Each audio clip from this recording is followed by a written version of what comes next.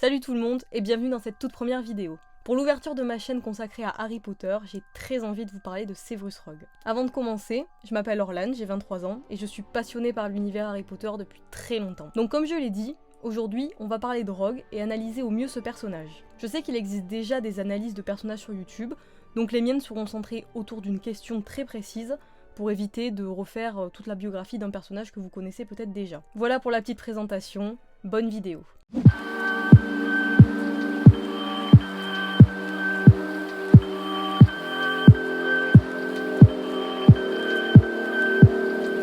Prince de sang mêlé, maître des potions, vous l'aurez compris, aujourd'hui nous allons parler de Severus Rogue. Si beaucoup l'ont détesté durant une grande partie de la saga, cela change radicalement à partir du dernier tome. Pour autant, Rogue mérite-t-il sa rédemption ? Eh bien, la réponse n'est pas si évidente. Pour comprendre le personnage dans sa globalité, il va d'abord falloir remonter le fil de sa vie. Rogue est un sang mêlé, issu d'une mère sorcière et d'un père moldu. Il grandit dans un quartier pauvre, avec des parents qui se souciaient très peu de lui. Son père était également violent, ce qui pourrait en partie expliquer son hostilité à l'égard des moldus. Peu avant son entrée à Poudlard, il fit la rencontre de Lily Evans, une jeune sorcière née de parents moldus. Il commença par l'espionner discrètement alors qu'elle jouait avec sa sœur et que ses pouvoirs commençaient déjà à se manifester. Après plusieurs échecs, il réussit quand même à se lier d'amitié avec la jeune fille. Mais dès cet âge, leur amitié rencontra des obstacles. Déjà, Rogue n'aimait pas Pétunia, la sœur aînée de Lily. Difficile de savoir si cette animosité était due au fait qu'il n'aimait pas le caractère de la jeune fille, ou au simple fait qu'elle n'ait pas de pouvoir magique. Espèce de monstre! Viens ici! Je vais le dire à maman! Espèce de monstre! Lily le monstre! En tout cas, les deux enfants ne s'aimaient pas.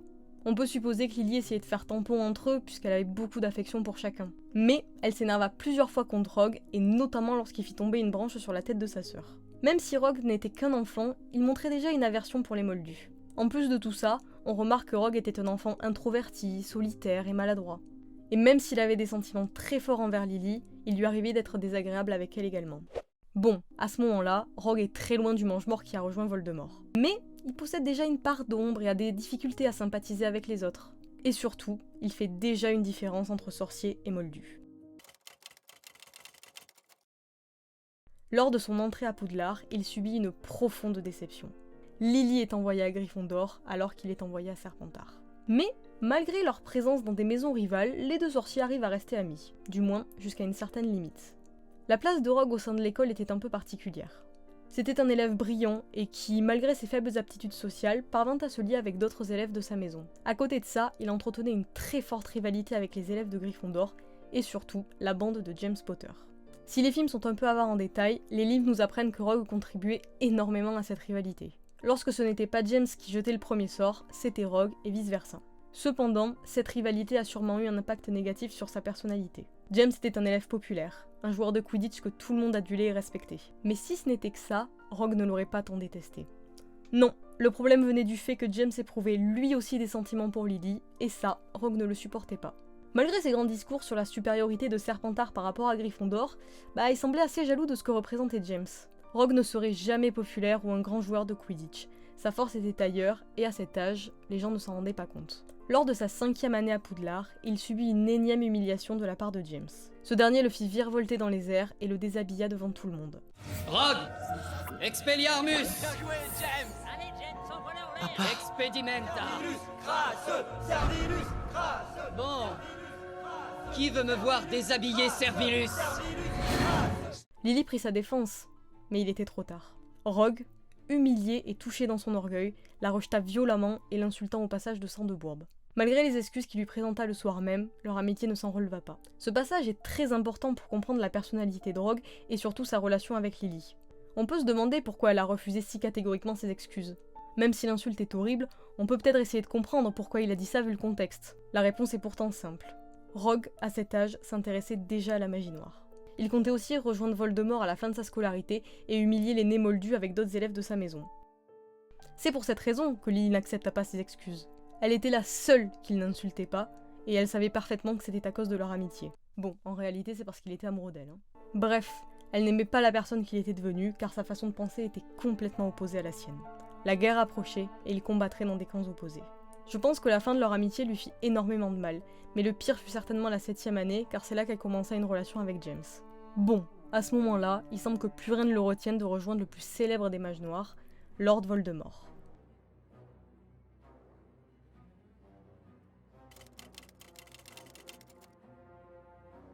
Sa vie de mange-mort est peu développée et on ne sait pas trop ce qu'il a fait à ce moment-là de sa vie. Vraisemblablement, c'était un espion. Un espion en qui Voldemort avait probablement très confiance parce que c'est à lui qu'on confia la mission de surveiller Dumbledore. Malheureusement, la façon dont il conduisit cette mission causa de lourdes pertes aux deux camps et surtout à Rogue lui-même. Lorsqu'il se rendit à la tête de sanglier pour espionner l'entrevue de Dumbledore et de Trelawney, il entendit une prophétie.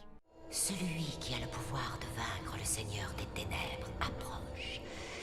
Et le Seigneur des Ténèbres le marquera comme son égal, mais il aura un pouvoir que le Seigneur des Ténèbres ignore.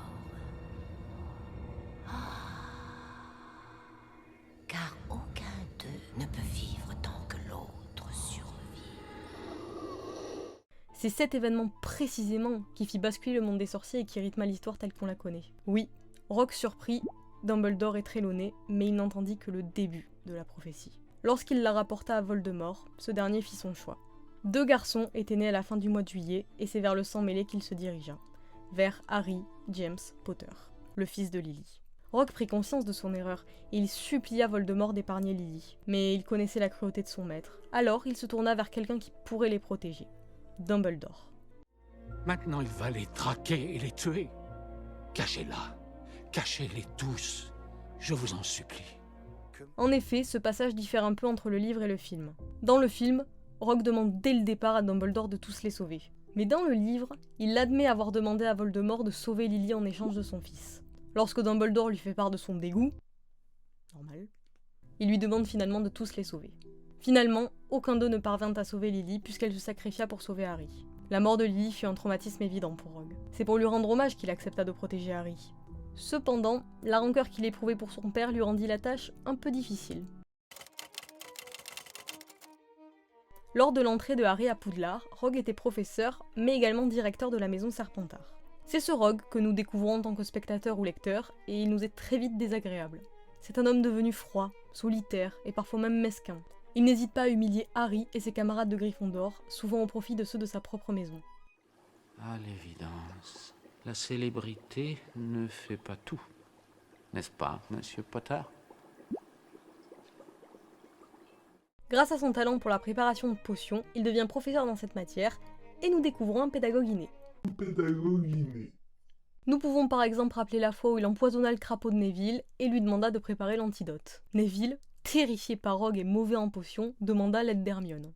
Forcément, l'antidote fonctionna, et Rogue enleva des points à Gryffondor pour avoir triché. Mais en plus d'être un incroyable professeur, c'était aussi une personne complètement partiale et prête à mettre ses vieilles rancœurs de côté. On se rappelle notamment de la fois où il révéla à ses élèves que Lupin était un loup-garou, celle où il soupçonna injustement Harry de voler dans son armoire personnelle, celle où il refusa de le conduire à Dumbledore alors que Barty Croupton était littéralement en train de crever dans la forêt interdite, et plus généralement, toutes les fois où il montra ses incroyables qualités humaines. Cette vidéo est-elle orientée ? Oui, un peu. Bref, tout ça pour dire que Harry et Rogue partirent plutôt du mauvais pied. Dès la première année de Harry à Poudlard, Rogue vit en lui tout ce qu'il détestait chez James. Et ce fut probablement le cas durant toute la saga. La façon dont les films ont été adaptés laisse à penser qu'à la fin, Rogue s'était finalement attaché à Harry.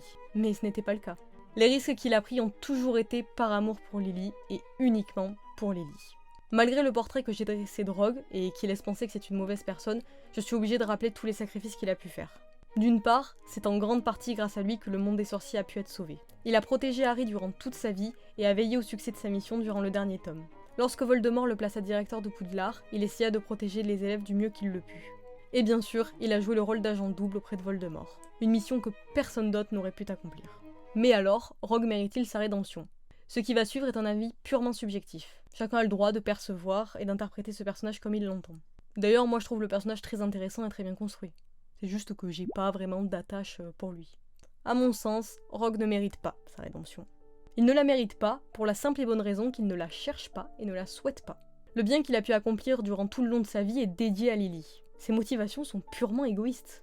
Il fait ce qui lui semble être le mieux pour elle. Par là, il faut comprendre que sans cet amour, il aurait été un mange-mort accompli et loyal envers Voldemort. La vérité, c'est qu'il se fiche de sauver le plus grand nombre et de se battre du côté du bien. Plus encore, il adhère aux idées de Voldemort. Il l'appelle d'ailleurs le Seigneur des Ténèbres durant toute la saga et l'avait rejoint au départ de son propre chef.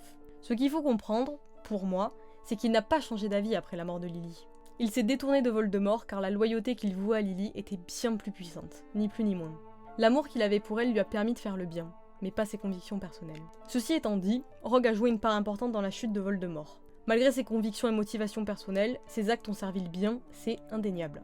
Pour autant, je persiste à croire que ce n'est ni un repenti, ni un héros. C'est simplement quelqu'un qui était prêt à tout par amour, le pire comme le meilleur. Expecto Patronum.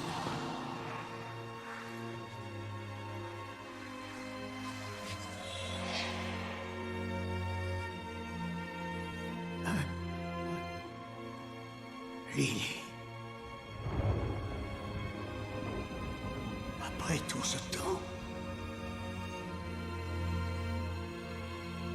À jamais. Merci à tous d'avoir regardé cette vidéo jusqu'au bout. J'espère qu'elle vous a plu, et si c'est le cas, n'hésitez pas à lâcher un like et à vous abonner. Sur ce, on se dit à la prochaine pour une vidéo sur Dumbledore.